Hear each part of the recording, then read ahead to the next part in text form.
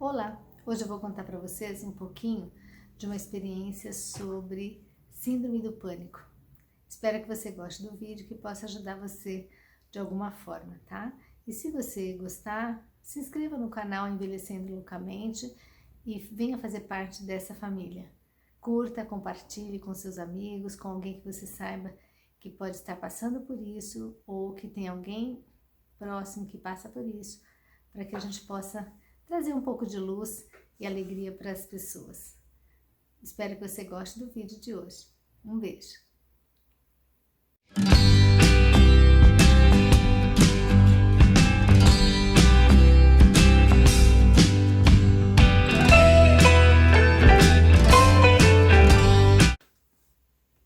Bom, como eu tinha falado no início, a gente vai falar um pouquinho hoje sobre síndrome do pânico. E eu não quero falar hoje sobre a parte fisiológica, não nesse aspecto. Eu quero falar de uma experiência minha, tá? De uma coisa que eu vivi. E eu vou contar para vocês então como foi ter a síndrome do pânico e como isto se processa hoje na minha vida, numa fase que eu estou envelhecendo, né? Eu tenho 55 anos. Logo aí farei parte do grupo de pessoas da terceira idade. Então eu vou contar um pouquinho da minha experiência. Eu me descobri com síndrome do pânico quando eu tinha meus filhos pequenos. Eles tinham aproximadamente 4 anos. Quando eu tive, numa determinada noite, uma síncope, acordei de madrugada com o coração muito acelerado, tive um episódio ali intestinal e tive uma queda súbita de pressão arterial. E com esse mal-estar súbito, precisei ser levada pelo então meu marido ao médico e tivemos assim a grande alegria de ter um médico de família que nos atendeu na sua própria casa e ele então visualizou que eu estava com uma queda de pressão e pediu então que meu marido me levasse ao pronto-socorro. E ali eu passei ali algumas horas recebendo soro, não tinha nenhum outro diagnóstico, passei a noite no soro, vim para casa e no outro dia já estava bastante assustada com aquele episódio. E com 2 crianças pequenas, fiquei bastante preocupada, né? O meu marido foi trabalhar e eu fiquei ali com as crianças e fiquei bastante assustada, com bastante medo, então, de ter um episódio, quem então iria me socorrer, sendo que eu que precisava cuidar daquelas crianças pequenas. E hoje, refletindo sobre tudo isso, eu me lembro que eu tive isso na infância, lá com 12 anos de idade, eu tive uma síncope um dia que eu estava sozinha em casa e desmaiei. E quando me dei conta, né, voltando desse desmaio, que o que tinha acontecido, eu tinha perdido um pouco da noção, e que a partir daquele dia, com 12 anos de idade, todas as vezes que eu chegasse em casa e não tivesse ninguém na casa, eu ficava com esse medo. Eu podia estar na rua, com os amigos, na escola, não acontecia nada. Se eu chegasse em casa e não tivesse ninguém que pudesse me socorrer, eu começava então a ter um mal-estar. Mas aquilo era uma coisa muito mais leve. E fui levando a vida assim, né? De vez em quando tinha esse receio, né? Mas como era muito raro estar em casa sem ninguém, porque sempre ou a minha mãe estava lá, ou alguma funcionária, ou os irmãos, né? Eu sou de uma família, somos em 5 irmãos, então sempre era mais raro não ter ninguém na casa. Então isso foi levando ao longo da vida de uma maneira mais tranquila, né? Só que nesse episódio, quando os meus filhos eram pequenos, dali então se desenvolveu a síndrome do pânico, que na ocasião eu nem sabia que aquilo que eu sentia era síndrome do pânico, aquelas crises que eu tinha eram síndrome do pânico, porque não se falava muito nisso na época, eu ficava muito embaraçada de dizer às pessoas que eu tinha medo de ficar sozinha e tudo nas minhas crises estavam relacionadas a eu estar sozinha naquele ambiente, num ambiente qualquer, né? Que onde eu não, eventualmente não tivesse ninguém para me dar assistência. Mas como eu não sabia o que eu tinha, eu comecei a fazer vários exames, né? E fiz uma bateria de exames para ver se eu estava com alguma anemia, até de câncer. As pessoas desconfiaram, pediram uma bateria de exames, porque eu tinha essa sensação de mal-estar, porque eu não falava para as pessoas, olha, estou com medo, eu só dizia que eu estava passando mal, né? Estava passando mal, tinha queda de pressão e não chegava a ter assim nenhum episódio de estomacal, nada, né? Mas enfim, e nada se detectou fisiologicamente nos exames. E foi um ano, esse ano, quando começou, foi um ano muito difícil. E eu às vezes saía com as crianças e eu precisava voltar para casa, porque na rua tinha esse medo de estar com eles e acontecer alguma coisa. Então, quando a crise vinha, eu ficava muito desesperada e voltava para casa ou ia para algum lugar com alguém conhecido.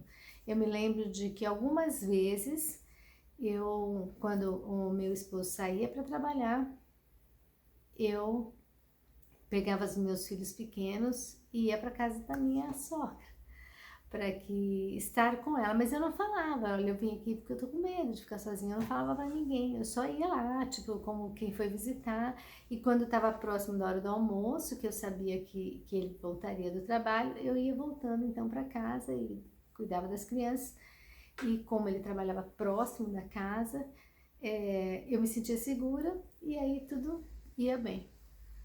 E isso foi um ano de luta, e eu passei por essa fase sem medicação. E eu sou cristã e eu passei orando e cantando. Então o cantar me aliviava. Eu cantava hinos de louvor a Deus e orava e clamava a Deus para que tirasse aquilo do meu coração. Isso foi melhorando. E eu fui melhorando com o tempo. E durante alguns anos depois, durante alguns anos eu tive, às vezes, alguns episódios, né? Mas muito mais leves, né? Mas isso me impediu de fazer muitas coisas na vida, porque eu tive a oportunidade de depois morar em outro país e não tive coragem de ir. Eu tive oportunidades de muitas outras viagens.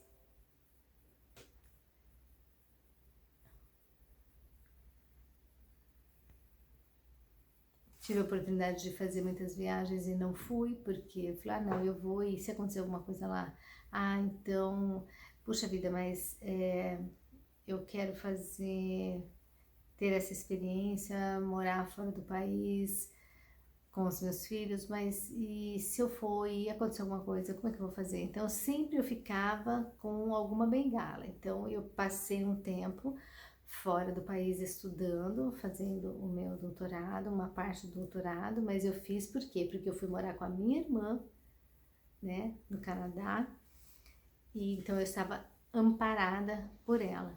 Um final de semana que ela foi viajar, eu já fiquei ressabiada. Então aquele final de semana era o final de semana de mais aproximação de Deus, porque eu pedi a Deus, Senhor, cuida, porque isso me atrapalha muito, eu tenho meus filhos pequenos para cuidar, não posso ficar assim.